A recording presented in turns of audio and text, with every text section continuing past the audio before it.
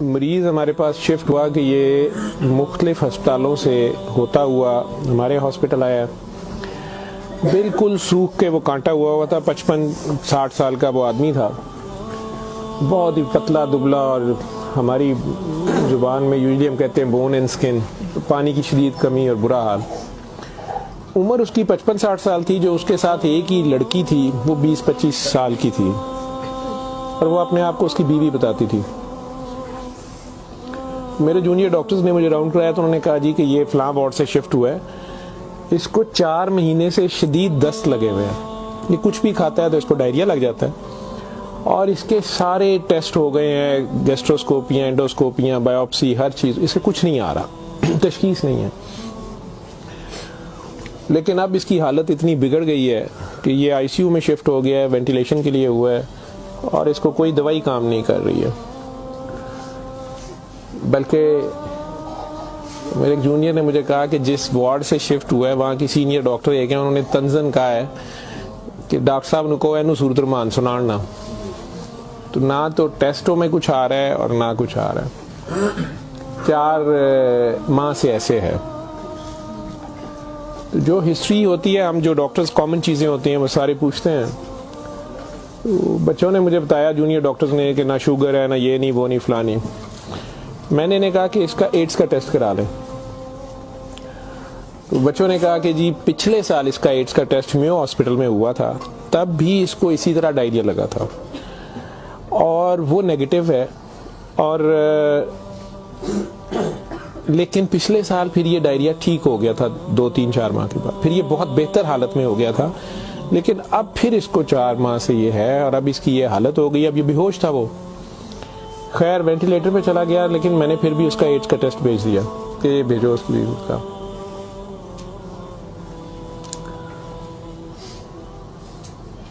سورہ رحمان ہمارے آئی سی یو میں ویسے ہی لگتی ہے, صبح دوپہر شام, کئی بار مس ہو جائے, دن میں کم از کم ایک بار ضرور لگ جاتی ہے. کوئی نہ کوئی ڈاکٹر نرس ڈیوٹی اپنی سمجھ کے اس کو لگا دیتے ہیں. وہ بھی لگ رہی تھی, سارے پیشنٹس تھے. جہاں تک جتنی میری یادداشت ساتھ دیتی ہے کہ تیسرا دن تھا تو میری جونیئر ڈاکٹر کا مجھے فون آیا, بڑا پینکی. اس نے کہا کہ سر یہ پیشنٹ جو ہے اس کی حالت تو خراب ہی ہے, ویسے ہی ہے, بہتر نہیں ہو رہا یہ والا پیشنٹ. اس پہ اچانک ایک چینج آئی ہے کہ یہ سورہ رحمان جب بھی لگتی ہے, میں نے نوٹ کیا ہے, لیکن نرسز صبح سے بتا رہے تھے, لیکن میں نے یہ نوٹ کیا اب کہ جب بھی لگتی ہے اس کے ناک منہ سے, ویسے اس کے پائپ ڈالا ہوا تھا پھیپھڑے, ہم سانس اس کو مشین, سانس والی مشین سے جو ہے نا وہ اس کے لیے پائپ ڈالا ہوا تھا. ناک میں بھی ایک نالی تھی معدے کے لیے, بے ہوش تھا. اس نے کہا جی اس کے ناک میں سے سنڈیاں ابلنا شروع ہو جاتی ہیں باہر کو, اور نرسز اس کے اوپر ڈیوٹی کرنے سے تنگ ہو رہے ہیں. تو اب سکر ایک مشین ہوتی ہے جس سے ہم مریض کے اندر سے ایک بلغم نکالتے ہیں جو نیگیٹو پریشر سے سک کرتی ہے. مجھے سر اس کو ہم سک کرتے ہیں, لیکن یہ نہیں سمجھ آ رہی کہ یہ کہاں سے آ رہے ہیں. میں نے کہا اس کے معدے سے کھینچ کے دیکھیں, انہوں نے کہا جی ادھر سے نہیں آ رہے. میں کہ ان کی سانس والی نالی سے آ رہے ہیں, کہ اس میں سے بھی نہیں آ رہے. لیکن جب سورہ رحمان بند کرتے ہیں یہ ختم ہو جاتے ہیں, یہ باہر نظر نہیں آتے. یہاں ہماری ہڈیوں میں خالی جگہ ہوتی ہے, انہیں ہم سائنس بولتے ہیں ڈاکٹرز. تو میں نے کہا یار پھر اس کے یہ سائنس سے آ رہے ہیں, اور میڈیکلی ہم اسے میگٹس انہیں کہتے ہیں. ہم شوگر کا مریض بچڑا آخری سٹیج پہ, کئی بار اس کے زخم بہت خراب ہو جائے تو اس میں کیڑے کئی بار پڑ جاتے ہیں اس طرح. لیکن یہ چیز میں نے نہیں سنی تھی, اور نہ ہی اس کی کوئی, نہ وہ شوگر کا مریض تھا نہ کچھ اور تھا. میں نے ڈاکٹر صاحب سے کہا کہ آپ جو ہے نا اس کا یہ تو اب اینٹی بایوٹکس جا رہی ہیں, سارا کچھ جا رہا ہے, ویسے اس کے ایڈز کے ٹیسٹ کا پتہ کریں وہ کب تک آئے گا. تو مجھے لگ رہا ہے کہ اس کی قوت مدافعت کوئی نہیں ہے, اور یہ کیڑے اس طرح پڑ گئے ہیں, لیکن اس کے علاوہ کوئی اور رشتہ دار اس کا ہے ہی نہیں ہے, اور وہ کوئی چیز لا بھی نہیں رہی. دوائیاں بھی ہم نے خود اپنے فنڈ سے شروع کر لی ہیں.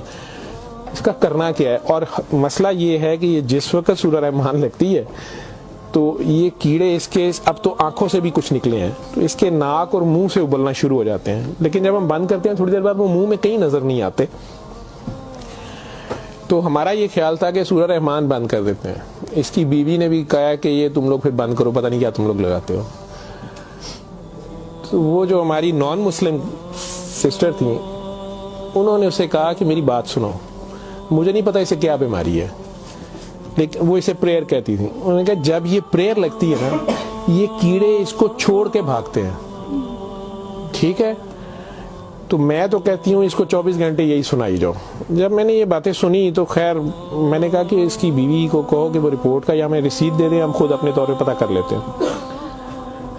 تو میرے راؤنڈ کرنے کے بعد وہ بندی خود ہی آ گئی میرے پاس.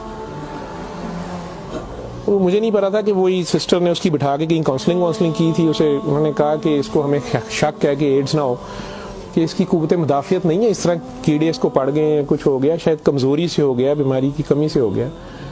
تو یہ اس کا ہم پتہ کرنا چاہ رہے ہیں. ادروائز تو جو دوائیاں ہیں وہ وہی رہنی ہے. کچھ طرح کی اس نے بات کی, کہتی کہ وہ ڈر گئی ہے تھوڑی سی, اور وہ کہتی میں نے بڑے ڈاکٹر صاحب سے کوئی بات کرنی ہے. بہرحال اب مجھے جتنا یاد ہے میں 1 سال بڑی سوچا ہے اس کے اوپر کہ میں اس کو بیان کروں یا نہ کروں لوگوں کے سامنے. اس عورت نے بڑی خوفناک کہانی مجھے سنائی. جب اسے یہ ڈر پڑا نا کہ اس کو ایڈز نہ ہو اور اس کو نہ ایڈز لگ گئی ہو, اب وہ مجھے کہنے لگی کمرے میں آ کے کہ ڈاکٹر صاحب یہ جو میرا میاں ہے نا یہ اصل میں جادوگر ہے. میں نے کہا آپ نے تو پہلے دن لکھوایا کہ یہ رکشہ چلاتا تھا اور رکشہ ڈرائیور ہے. اس نے کہا جی یہ رکشہ ڈرائیور تو ہے لیکن یہ جادوگر ہے, کالا جادو کرتا ہے, لیکن کرتا قرآن سے تھا. مجھے ہنسی آ گئی, میں نے کہا قرآن سے کالا جادو کیسے ہو سکتا ہے.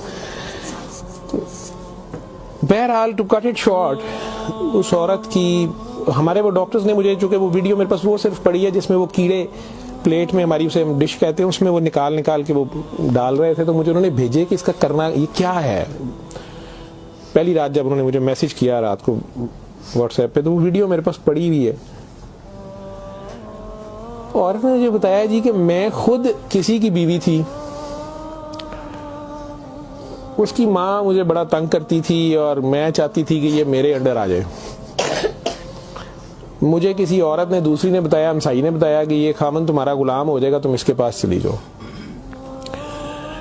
باقی تفصیلات میں نہیں جاتا. جو کچھ اس نے مجھے بتایا, اس نے کہا جی کہ یہ اس کا جادو کا توڑ ہی نہیں تھا اور اس کا کام لازمی اس کا ہوتا تھا, یہ جیسے بھی کرتا تھا. طریقہ کار اس نے کیا کہا جی, اس نے کمرے میں اندر ایک گاؤ تکیہ رکھا ہوتا تھا, اس کے اوپر اس نے وہ جس طرح اسمائلی ہوتا ہے, جو مجھے سمجھ آئی کہ اس نے کوئی بت سا بنایا ہوا تھا, اس کمرے یہ بٹھاتا تھا اور وہ لوگوں کو پہلے تو قرآن شریف بھی پتہ نہیں پڑھنے کو کہتا تھا, کچھ کرتا تھا, پھر ان کی بات سنتا تھا, سارا کرا کے جو مجھے اس کا طریقہ واردات سمجھ آیا یا جو بھی تھا. اس نے کہا جی کہ جو غرض مند ہوتا تھا نا وہ دیوانہ, عورتیں بڑی دیوانی ہوتی تھیں, ٹھیک ہے, یا ینگ لڑکے لڑکیاں کہ میری وہاں شادی ہو جائے, وہاں ہو جائے, اولاد ہو جائے, کئی لڑکے آتے تھے. تو جو اس نے سب سے گندی بات مجھے بتائی, بڑی فضول جو اس کی حرکت تھی یا جو بھی, وہ اسلام تو ہو ہی نہیں سکتا. اس نے کہا جی یہ ان عورتوں کو اور اپنے بارے میں اس نے کہا کہ میں نے بھی یہ غلطی کی, میرے سے بھی یہ گناہ ہوا, لیکن مجھے گناہ ثواب کا اتنا نہیں پتا تھا. تو یہ پہلے وہ تکیے کو سجدہ کراتا تھا, خود اس کے پیچھے کھڑا ہو جاتا تھا, پھر وہ کہتا تھا کہ یہ اصل میں تم لوگوں پہ کالا جادو ہوا ہے, اس کو توڑنے کے لیے پتہ نہیں نوری بڑا ضروری ہے, ٹھیک ہے. پھر وہ ہمیں کہتا تھا کہ وضو کر کے آؤ, ٹھیک ہے, وضو کر کے آتے تھے, وہ پتہ نہیں کون سی صورت پر وہ کئی صورتیں مکس کرتا تھا. یہ سب کرتے کراتے 1-2 سیشنوں کے بعد کچھ نہیں لیتا تھا. پھر جو زیادہ لوگ اپنے کام کے پیچھے دیوانے ہوتے تھے ان کو بتاتا تھا کہ اس میں بڑے پیسے بھی لگیں گے, یہ جان پہ کھیلنا پڑنا ہے, پتہ نہیں کیا کرنا, اور تمہیں بھی میرے ساتھ کرنا پڑے گا, اس میں بڑا کچھ جو ہے نا رسک ہے, لیکن کام تمہارا ہو جائے گا. وہ جو بھی اس کی کہانیاں تھیں جو اس کو بعد میں کسی اور وجہ سے پتہ چلی, جو مجھے وہ بتا رہی تھی کہ جی یہ عورتوں کے ساتھ بھی اور ینگ لڑکوں کے ساتھ یا مردوں کے ساتھ بھی غلط کام کرتا تھا, پھر انہیں اپنا گند کھانے پہ مجبور کرتا تھا, پھر انہیں پتہ نہیں کون سے کوئی آیت بنائی ہوئی تھی یا کوئی نام تھا پتہ نہیں کیا, کہ عربی کے جی یہ پڑھ کے نا تم نے یہ مکسچر جو ہے نا یہ ہنڈیا پکاتے ہوئے تھوڑا سا بیچ میں گند ڈال دینا ہے اور اپنے خامند کو کھلا دینا ہے, یا اس لڑکی کو کھلا دینا ہے, یا اس کو کھلا دینا ہے.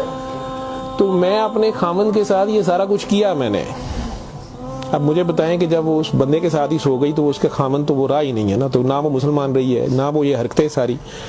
اب اس کے بعد بقول ان خاتون کے, اس لڑکی کے, کہ جی وہ خامن جو میرا تھا اس میں تو تبدیلی نہیں آئی, اس نے مجھے فل مارنا شروع کر دیا. اور مجھے اس کی میرے تڑپ اس کی طرف بھاگتی تھی کہ میں اس کے پاس آؤں. تو پھر میں نے اس کے پاس ویسے آنا شروع کر دیا کہ میں نے تمہارے ساتھ شادی کرنی ہے, میں نے ادھر سے طلاق لینی ہے, میں نے یہ کرنا ہے وہ کرنا ہے. تو میں انہیں بتائے بغیر اس کے پاس آ گئی. اس کے ساتھ میں 6 ماہ رہی. اس نے کہا کہ پھر ایسے ہی رہنا پڑے گا, اور اس سارے کام میں شامل ہوئی. تو اس نے ویسے مجھے کہا کہ نکاح ہو گیا ہے ہمارا, قرآن شریف پہ اس نے نکاح کیا. اس نے کہا ہم دونوں کی رضامندی نکاح ہے, وہ پیچھے سے طلاق لے کے نہیں آئی. ٹھیک ہے. اس کے بعد اس کو یہ ڈائریا لگ گیا. ڈائریا لگنے کے بعد یہ کہتی ہے کہ جی میو اسپتال میں جب ہم تھے 4 مہینے ہمیں ہو گئے, اور برا حال تھا اس کا پچھلے سال.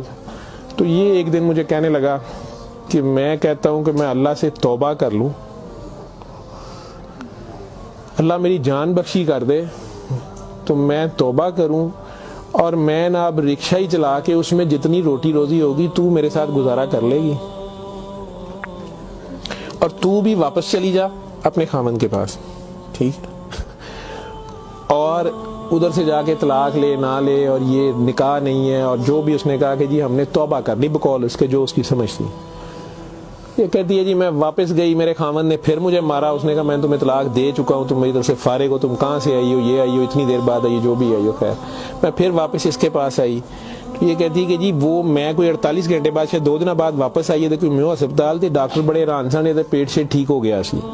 انہوں نے کیا دوائی فلانی مافک آ گئی ہے, فلانی مافک آ گئی ہے. تو یہ اپنے پیروں پہ کھڑا ہو گیا. اگلے کوئی 10-12 دنوں میں انہوں نے چھٹی دے دی. پھر یہ مجھے مسجد ایک میں لے کے گیا, وہاں ہم نے نکاح کیا. ٹھیک ہے. نکاح کیا, یہ رکشہ چلانا شروع ہو گیا. تو ڈاکٹر صاحب 6 مہینے انہیں بڑی محنت کی تھی, رکشہ بھی چلایا, میں بھی کدے سکی گلی کھاندے سا چنگا پلا سی. پر ڈاکٹر صاحب دنیا بڑی ظالم ہے, دی شہرت سی دنیا پیچھے پیندی سی, کہنا سی میں کام چھڑ چھڑیا ہے. ڈاکٹر صاحب ہوں پھر ایک بچی آئی تو بڑی سونی سی, وہ بڑی روندی سی, وہ پتہ نہیں کی مسئلہ سی. ڈاکٹر صاحب نے وہ پھر وہی کام شروع کر لیا. انہیں پھر وہی کام شروع کیتا ہے. میں انہوں پہلے کہندی رہی ہوں, لیکن ڈاکٹر صاحب یہ پیسے بڑے آندے سن. وہ دے بعد ہون 4 مہینے تو یہ اس کی یہ حالت ہے, اور اب یہ بے ہوش ہے. اب میں اللہ سے توبہ کرنا چاہتی ہوں, اللہ مجھے معاف کر دے, مجھے تو سمجھ نہیں تھی, تو مجھے معافی لے دیں. اور اس کا اب کیا بنے گا اور کیا نہیں بنے گا. میں نے یہ کافی بیچ میں سے سینسر کر کے آپ لوگوں کو ساری بات سنائی ہے. اور مجھے کہتی ہے جو کیڑے اس کے اندر سے نکلتے ہیں یہ کیوں آ رہے ہیں, یہ کہاں سے آ رہے ہیں. میں کہ بی بی یہ میں نے اسے سائنسز وغیرہ سمجھایا. میں کہ یہ اس کے بہت زیادہ خون کی کمی ہے, اس کے اندر جراثیم پڑ گئے ہیں, جو بھی میں ڈاکٹری تو میں اسے اور کیا میں اسے کہتا.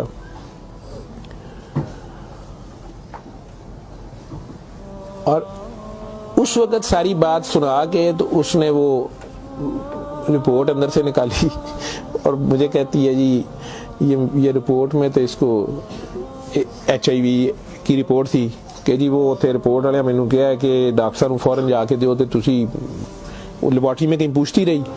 تو انہوں نے کہا جی تسی اتھوں جا کے پوچھو. تے میں دسیا میرے خامن دی مینوں دسو, نے کہا تسی اپنی بھی کراؤ. تو ڈاکٹر صاحب یہ رات دی میرے کول ہے, تو مینوں تو نہیں بیماری ہوئے گی, میں سورۃ الرحمان سن لا. میں نے کہا جی آپ بھی سنیں, 7 دن سنے, میں آپ کو کیا کہہ سکتا ہوں. 1 دن وہ اور زندہ رہا, بندہ مر گیا. آخر تک اس کے کیڑے وہ آتے رہے اسی طرح. جب بھی وہ سورہ رحمان لگتی تھی وہ ایسے ہوتا تھا جیسے ابلتے تھے باہر کو, ناک سے اس کے, مطلب وہ 1-2 نہیں ہوتے تھے کہ جنہیں آپ پکڑ کے سائڈ پہ کر دیں. میں نے بتایا نا کہ وہ شکر مشین رکھ کے, تو اس سے وہ شکر میں ہم شک کرتے تھے اس کو سارا, وہ مشین میں جاتے تھے, لمبی سنیاں اس کی, ناک سے منہ سے. اور آخر میں وہ عورت بھی اس کی ڈیڈ باڈی لینے میں بھی تیار نہیں تھی. نہیں جی یہ میں نو کتنے دبا گی, یہ وہ. میں کہ نہیں اب اس کو یہ تو آپ نہیں لے کے جانا, ہم ہاسپٹل سے ہم کیا کر سکتے ہیں.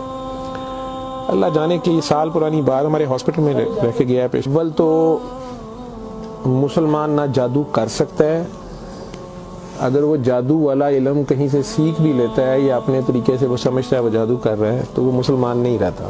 ایک چیز, قرآن کو ہی لوگ مس یوز کرتے ہیں, ناپاک حالت میں غلط طریقے سے بڑا کچھ کرتے ہیں, اور کئی بار ہم ناسمجھی میں بھی اپنا خسارہ بڑھاتے ہیں, ہمیں سمجھ نہیں ہوتی اور ہم کچھ چیزیں کرتے ہیں. قرآن خود کہہ رہا ہے کہ اس سے مومن کے لیے شفا اور رحمت ہے، اور ظالم اسی میں سے اپنے لیے خسارہ بڑھاتے ہیں۔ اپنی جان پہ ظلم کرنا بھی ظلم ہی ہوتا ہے۔ تو اول تو مسلمان جادو نہ کر سکتا ہے، نہ کسی دوسرے پہ کرواتا ہے، اگر دوسرے پہ بھی کرواتا وہ مسلمان نہیں رہتا۔ جب آپ جادو کے چکر میں پڑیں گے یہ خود شرک ہے، آپ اللہ بننے کی کوشش کر رہے ہیں نا، آپ اپنی مرضی کے ریزلٹس لینے کی کوشش کر رہے ہیں، ٹھیک ہے، مافوق الفطرت طریقے سے، اور پھر اس سے زیادہ بڑی بدبختی کہ اللہ کے کلام کو مس یوز کر کے اشارہ کر کے، تو وہ مسلمان نہیں رہتا۔ میں نے اس دن بھی بتایا تھا، وہ بچی امریکہ سے جو فون کر رہی تھی آپ لوگوں کے سامنے، یہاں میں نے اسے کلمہ شہادت پڑھایا تھا، اسے دوبارہ کلمہ پڑھوایا تھا کیونکہ اس کو پتہ نہیں تھا، یہاں وہ آئی تو وہ اس سے یہی کام کسی اور نے کروایا، وہ مسلمان رہ ہی نہیں گئی ہوئی تھی، اور خامن سے لڑائی اس کی چل رہی تھی، ان کا آپس میں فساد ہو جاتا تھا، ٹھیک ٹھاک پرابلم میں تھے۔ اسے دوبارہ سے باوضو ہو کے آپ کلمہ پڑھیں، زندگی میں اگر ایسی کبھی غلطی کر دی ہے تو اللہ سے معافی مانگیں اور دوبارہ سے کلمہ پڑھ کے مسلمان ہو۔ دوسرا، اگر آپ میں سے کسی کو وہم ہے کہ آپ لوگوں پہ جادو ہے تو کسی بابے کے پاس جانے کی ضرورت نہیں ہے۔ یہ تو فٹافٹ آپ لوگ کہتے ہیں کہ جادو برحق ہے، اور جی جادو نبی کریم صلی اللہ علیہ وسلم پہ بھی ہو گیا تھا۔ نبی کریم صلی اللہ علیہ وسلم نے اس کو کیسے توڑا تھا؟ انہوں نے کیا طریقہ بتایا ہے؟ ایک بار سورہ فلق، ایک بار سورہ ناس، یا آپ 3 بار سورہ فلق 3 بار سورہ ناس پڑھ لیں، جادو ختم ہو گیا۔ اعوذ باللہ من الشیطان الرجیم پڑھتے ہی ختم ہو گیا۔